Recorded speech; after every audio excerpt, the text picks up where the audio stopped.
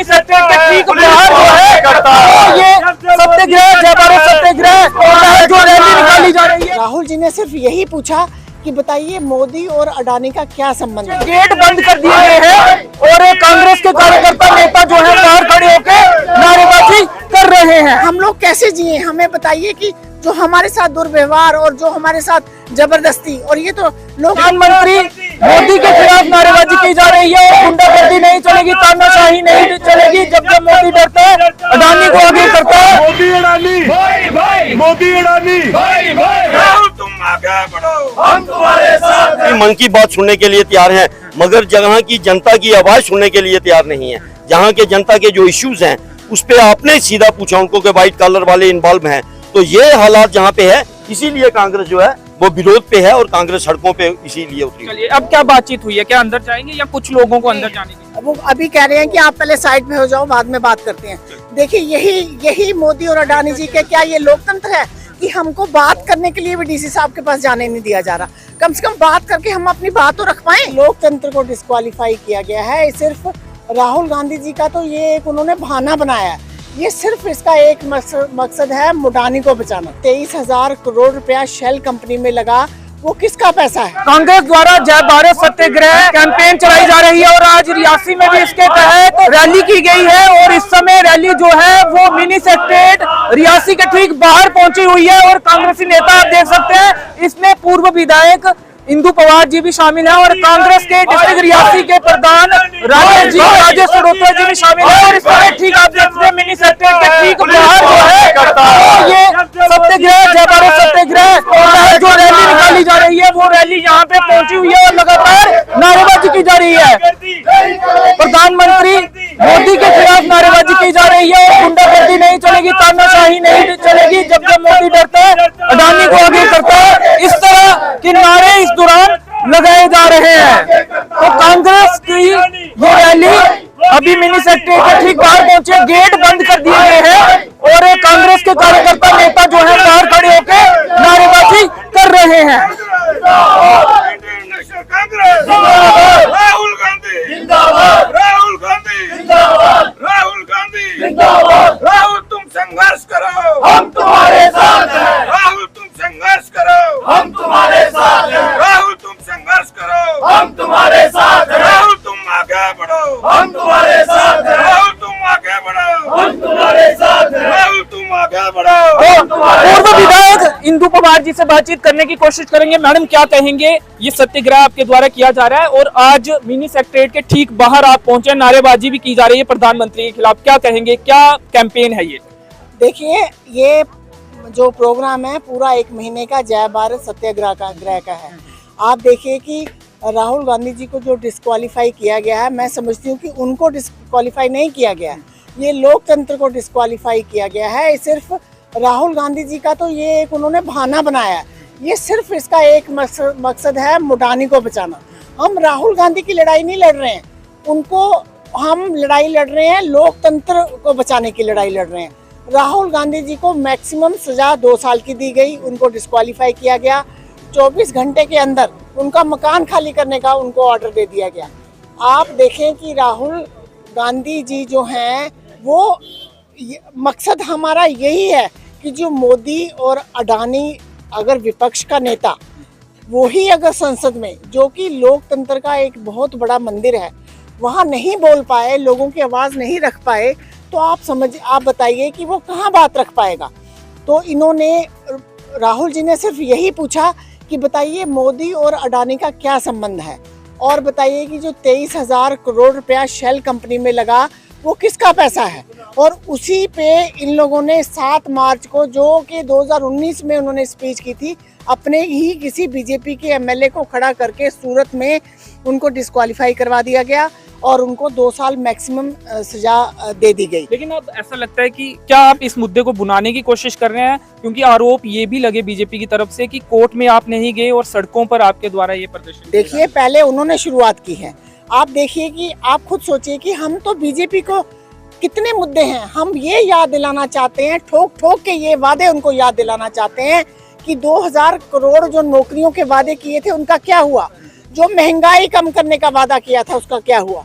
महिलाओं के सम्मान की जो बात करते थे उसका क्या हुआ, जो सिलेंडर के दाम उन्होंने बढ़ाए उसका क्या हुआ, जीएसटी उन्होंने कर दिया, डिमोनेटाइजेशन जो उन्होंने नोटबंदी उन्होंने की उसका क्या हुआ। राहुल गांधी जी लड़ाई लड़ रहे हैं, हम लोग लड़ाई लड़ रहे हैं जो छोटे निवेशकों की लड़ाई लड़ रहे हैं, लोकतंत्र को बचाने की लड़ाई लड़ रहे हैं। एलआईसी में 30 करोड़ जो निवेशक हैं जिनका 44,000 करोड़ रुपए का नुकसान अडानी की कंपनी में इन्वेस्ट करने से हो गया, हम उनकी लड़ाई लड़ रहे हैं। हम ईपीएफओ जो एम्प्लॉयमेंट प्रोविडेंट फंड ऑर्गेनाइजेशन है जिसका पैसा अडानी ने निफ्टी 50 में लगा दिया और जो पेंशन फंड जमा होता है उस भ्रष्टाचार को दूर करने की लड़ाई लड़ रहे हैं। 10.5 लाख करोड़ रुपया जो स्टॉक एक्सचेंज में अडानी के जमा कर दिया गया उसको, और 2 हफ्ते में उसका नुकसान हो गया, हम उसकी लड़ाई लड़ रहे हैं। तो अभी गेट जो है वो बंद किया गया है और कांग्रेस के नेता और कार्यकर्ता जो है ठीक मिनी सेक्रेटेरिएट रियासी के गेट के सामने है और कुछ नेताओं से भी बातचीत करने की कोशिश करेंगे। राजेश जी से भी बातचीत करने की कोशिश करेंगे। राजेश जी, अब क्या मांग है आपकी, किससे मुलाकात करने आप जा रहे हैं? हमारा आज का जो है वो हर डिस्ट्रिक्ट पे जो है, डिस्ट्रिक्ट में डीसी ऑफिस का घेराव, कलेक्टर ऑफिस का घेराव का प्रोग्राम था। ये हर डिस्ट्रिक्ट पूरे देश में हो रहा है। ये इस महीने के प्रोग्राम चल रहे हैं, पूरे देश में डिस्ट्रिक्ट ऑफिस का घेराव है। उसी सिलसिले में आज हम जहाँ पे आए हुए अपने डिस्ट्रिक्ट हेडक्वार्टर में, यही हमारा कांग्रेस का है कि जो लोकतांत्रिक व्यवस्था इस देश में शुरू हो गई है, यहाँ के लोकल इशू जो जहाँ पे शुरू हो गए हैं। कल ही आपने अभी लोकल इशू के ऊपर भारतीय जनता पार्टी के नेताओं से आपने प्रश्न पूछा तो आपने देखा कि उनका क्या झुकाव था, उनका क्या बात थी, उन्होंने क्या जवाब आपको दिया।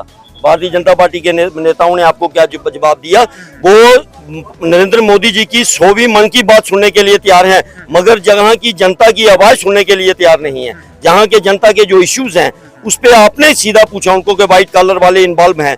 तो ये हालात जहाँ पे है, इसीलिए कांग्रेस जो है वो विरोध पे है और कांग्रेस सड़कों पे इसीलिए उतरी। चलिए, अब क्या बातचीत हुई है, क्या अंदर जाएंगे या कुछ लोगों को अंदर जाने की? वो अभी कह रहे हैं कि आप पहले साइड में हो जाओ, बाद में बात करते हैं।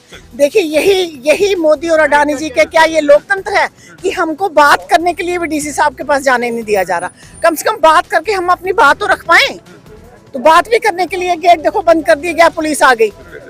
तो ये आपकी तरफ से क्या मांग है, तमाम लोग अंदर जाएंगे या कुछ लोगों को अगर अनुमति? चाहे कुछ लोग, पर हम अपना मैसेज उनको देना चाहते हैं कि हम लोग कैसे जिए, हमें बताइए कि जो हमारे साथ दुर्व्यवहार और जो हमारे साथ जबरदस्ती, और ये तो लोकतंत्र की हत्या है। नियम में था ना कि अगर 2 साल की सजा होती है तो सदस्यता रद्द होनी थी। नहीं तो आप बताइए, 2019 का केस है ये, 2019 का केस है। 7 मार्च 2022 को बीजेपी ने अपना कंप्लेंट, और ये कर्नाटका में राहुल जी ने बोला था, वो सूरत में गया, उसने हाई कोर्ट में जाके स्टे लिया और कहा कि अभी इस पे कार्रवाई करने की जरूरत नहीं है। बाद में जब 7 फरवरी को राहुल गांधी जी ने जब ये सवाल पूछा कि बताइए मोदी और अडानी का क्या संबंध है, और उसके बाद सूरत में वो बंदा जो बीजेपी का कंप्लेनेंट था सूरत में चला गया और बोला कि अब इस पे कार्रवाई कर दो। राहुल गांधी जी को कोर्ट के द्वारा डिस्क्वालीफाई करा दिया गया और साथ में उनको 2 साल की मैक्सिमम सजा दे दी गई। ये कहाँ का न्याय है? ये क्या लोकतंत्र की हत्या नहीं है तो और क्या है, आप बताइए। मैक्सिमम सजा पर भी आपको लगता है कि ऐसा आमतौर पर नहीं देखा जाता? आज तक कभी नहीं हमने देखा, ये पहली बार ऐसे हुआ है। 24 घंटे के बाद 4 बार राहुल गांधी जी मेंबर पार्लियामेंट रहे हैं और भी बीजेपी के कई नेता, उनको मकान खाली करने के लिए नहीं बोला गया। 24 घंटे के अंदर राहुल गांधी जी को मकान खाली करने का ऑर्डर दे दिया गया। तो ये डिक्टेटरशिप नहीं है। तो जय भारत सत्याग्रह जो है वो उसके तहत एक कैंपेन चलाई जा रही है और देश भर में कांग्रेस के नेता कार्यकर्ता जो हैं वो रैली निकाल रहे हैं, प्रदर्शन कर रहे हैं। और राहुल गांधी जी का जिस तरह से उन्हें पहले तो कोर्ट द्वारा 2 साल की सजा सुनाई जाती है डेफमेशन के केस में, उसके बाद उनका जो सरकारी आवास है वो खाली करवाया जाता है, उसको लेकर कांग्रेस के नेता और जो तमाम कार्यकर्ता हैं वो नाराज हैं। और तमाम मुद्दों को लेकर भी अडानी और जेपीसी की मांग जो है, जॉइंट पार्लियामेंट्री कमेटी की मांग जो है वो भी कांग्रेस के नेता और कार्यकर्ता कर रहे हैं। फिलहाल इस कवरेज में इतना ही। कैमरे के पीछे है प्रदीप भगत, मुझे दीजिए अनुमति, धन्यवाद। जब मोदी करता है पुलिस को आगे करता है, जब मोदी करता है पुलिस को आगे करता है।